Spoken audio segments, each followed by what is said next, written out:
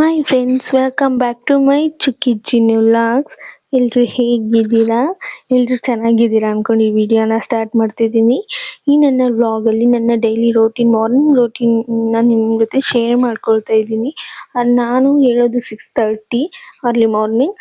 ಎದ್ದ ತಕ್ಷಣ ನಾನು ಬಾಗಿಲಿಗೆ ನೀರು ಹಾಕ್ತೀನಿ. ನಾನು ಬಾಗಿಲಿಗೆ ನೀರು ಹಾಕೋದ್ರೊಳಗೆ ನಾನು ನೀರು ಬಿಟ್ಟಿರ್ತಾರೆ, ಇನ್ನು ನೀರಿಗೆ ಪೈಪ್ ಅಟ್ಯಾಚ್ ಮಾಡಿಕೊಂಡು ಡ್ರಮ್ಗೆ ಬಚ್ಚನ ಮನೆಗೆಲ್ಲ ನೀರು ಇಟ್ಕೊಳ್ತೀನಿ. ಇನ್ನು ನನ್ನ ಮಕ್ಕಳು, ಅದರಲ್ಲಿ 11 ತಿಂಗಳು ಒಬ್ಳು ಮಗಳಿದ್ದಾಳೆ ನನಗೆ. ಅವಳು ಎದ್ದೇಳೋದ್ರೊಳಗೆ ಕಾಲು ಭಾಗ ಕೆಲಸ ಆಗಬೇಕು. ಇಲ್ಲ ಅಂದರೆ ಅವಳು ಎದ್ದು ಬೇರೆಯವ್ರ ಹತ್ರ ಯಾರ ಹತ್ರನೂ ಹೋಗೋದಿಲ್ಲ, ನನ್ನ ಹತ್ರನೇ ಇರ್ತಾಳೆ. ಇನ್ನು ಮಗನ ಸ್ಕೂಲಿಗೆ ಕಳಿಸ್ಬೇಕು, ತಿಂಡಿ ಎಲ್ಲ ಮಾಡಬೇಕು, ಟೈಮ್ ಹಿಡಿಯುತ್ತೆ ಅಂತ ನಾನು ಬೇಗ ಅರ್ಲಿ ಮಾರ್ನಿಂಗ್ ಹೇಳ್ತೀನಿ.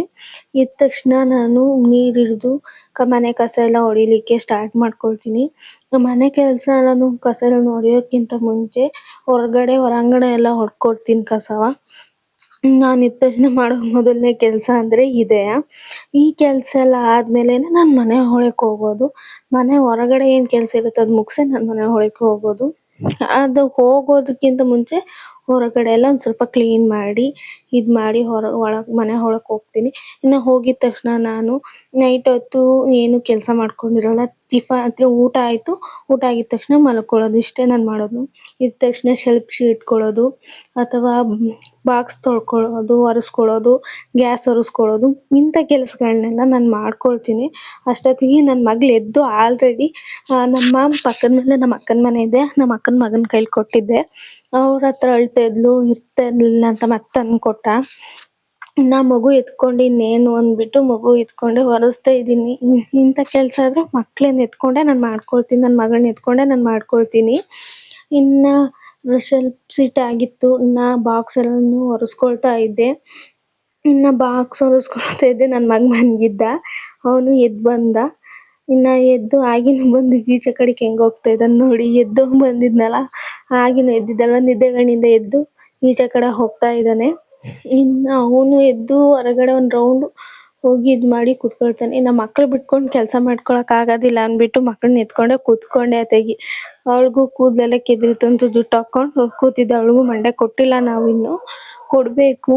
ಇನ್ನು ಮಕ್ಳನ್ನ ಬಿಟ್ಕೊಂಡು ಅದು ಸಣ್ಣ ಮಗುನ ಬಿಟ್ಕೊಂಡು ಕೆಲಸ ಮಾಡೋಕ್ಕಾಗೋದಿಲ್ಲ ಅಂದ್ಬಿಟ್ಟು ಮಗುನ ಎತ್ಕೊಂಡೆ ಕೂತ್ಕೊಂಡೆ. ಇನ್ನು ಮಗುನ ನಮ್ಮ ಅತ್ತೆ ಕೈ ಕೊಟ್ಬಿಟ್ಟು ಬಂದು ಶೆಲ್ಫ್ ಇಟ್ಟಿದ್ನಲ್ಲ ಆಗಲೇ, ಈಗ ಗ್ಯಾಸ್ ಎಲ್ಲನೂ ಇಟ್ಕೊಳ್ತಾ ಇದ್ದೀನಿ. ಗ್ಯಾಸ್ ಎಲ್ಲನೂ ಡೈಲಿ ಕ್ಲೀನ್ ಮಾಡ್ಕೊಳ್ತಾನೆ ಇರ್ತೀನಿ.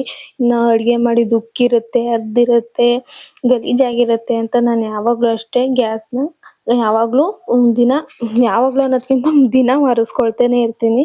ಇದು ನನ್ನ ಡೈಲಿ ಮಾಡೋವಂಥ ಮಾರ್ನಿಂಗ್ ರೂಟೀನ್ಸೇ ಆಗಿರುತ್ತೆ. ಹೆಣ್ಮಕ್ಳು ಇನ್ನೇನು ಮಾಡ್ತಾರೆ, ಎದ್ದೇಳೋದು, ಮಕ್ಕಳು ನೋಡ್ಕೊಳ್ಳೋದು, ಮಕ್ಕಳನ್ನ ಸ್ಕೂಲಿಗೆ ಕಳಿಸೋದು, ಅಡುಗೆ ಮಾಡೋದು, ಪಾತ್ರೆ ತೊಳೆಯೋದು, ಮನೆ ಒರೆಸೋದು, ಇದೇ ಅಲ್ವಾ ಡೈಲಿ ಹೆಣ್ಮಕ್ಳ ರೂಟೀನ್ ಅಂದರೆ. ನಂದೇನು ಸ್ಪೆಷಲ್ ಆಗಿಲ್ಲ, ಇದೇ ನನ್ನ ಡೈಲಿ ರೂಟೀನು. ಇನ್ನು ಗ್ಯಾಸ್ ಎಲ್ಲನೂ ಒರೆಸಾಯ್ತು. ಇನ್ನು ನಮ್ಮ ಅತ್ತಿಗೆ ಕಾಫಿ ಇಟ್ಕೊಡ್ಬೇಕಿತ್ತು, ಮಗನಿಗೆ ಹಾಲು ಕಾಯಿಸ್ಬೇಕಿತ್ತು. ಅದಕ್ಕೆ ಪಾತ್ರೆ ಏನು ತೊಳೆದಿರಲಿಲ್ಲ ಅಂತ ಪಾತ್ರೆ ಎಲ್ಲನೂ ತೊಳ್ಕೊಂಡೆ. ಅಂದರೆ ಎಲ್ಲವನ್ನೂ ತೊಳ್ಕೊಳ್ಳಿಲ್ಲ, ಕಾಫಿಗೆ ಮತ್ತು ಹಾಲು ಕಾಯಿಸೋಕೆ ಏನು ಬೇಕು ಬಟ್ಲು ಅದನ್ನ ಮಾತ್ರ ತೊಳ್ಕೊಂಡೆ ಪಾತ್ರೆ. ಇನ್ನು ನಾವು ನಮ್ಮದು ಎಮ್ಮೆ ಇದೆ ಮನೇಲಿ, ಎಮ್ಮೆ ಹಾಲು ಕೊಡ್ತಾ ಇಲ್ಲ. ಹಂಗಾಗಿ ಡೈರಿಯಿಂದ ಹಾಲು ತರ್ತೀವಿ, ಕಾಲು ಲೀಟ್ರ್, ಅದನ್ನೇ ಕಾಯಿಸ್ತಿದ್ದೆ. ಕಾಯಿಸಿ ಸಪ್ರೇಟಾಗಿ ಅವನಿಗೆ ಸಪ್ರೇಟಾಗಿ ಕೊಡಬೇಕು, ಇನ್ನು ನಮ್ಮ ಅತ್ತೆಗೆ ಸಪ್ರೇಟಾಗಿ ಕಾಫಿ ಕಾಯಿಸ್ಕೋಬೇಕು. ಇನ್ನು ಮಕ್ಕಳಿಗೆ ಈ ವೆದರ್ಗೆ ಶೀತ ಆಗಿಬಿಟ್ಟಿತ್ತು. ಅದಕ್ಕೆ ನಾನು ದೊಡ್ಡ ಪಾತ್ರೆ ಎಲೆ ಮತ್ತು ತುಳಸಿ ಸೊಪ್ಪನ್ನು ಕುಯ್ಕೊಂಡು ಬಂದು ಅದ್ರ ಜೊತೆಗೆ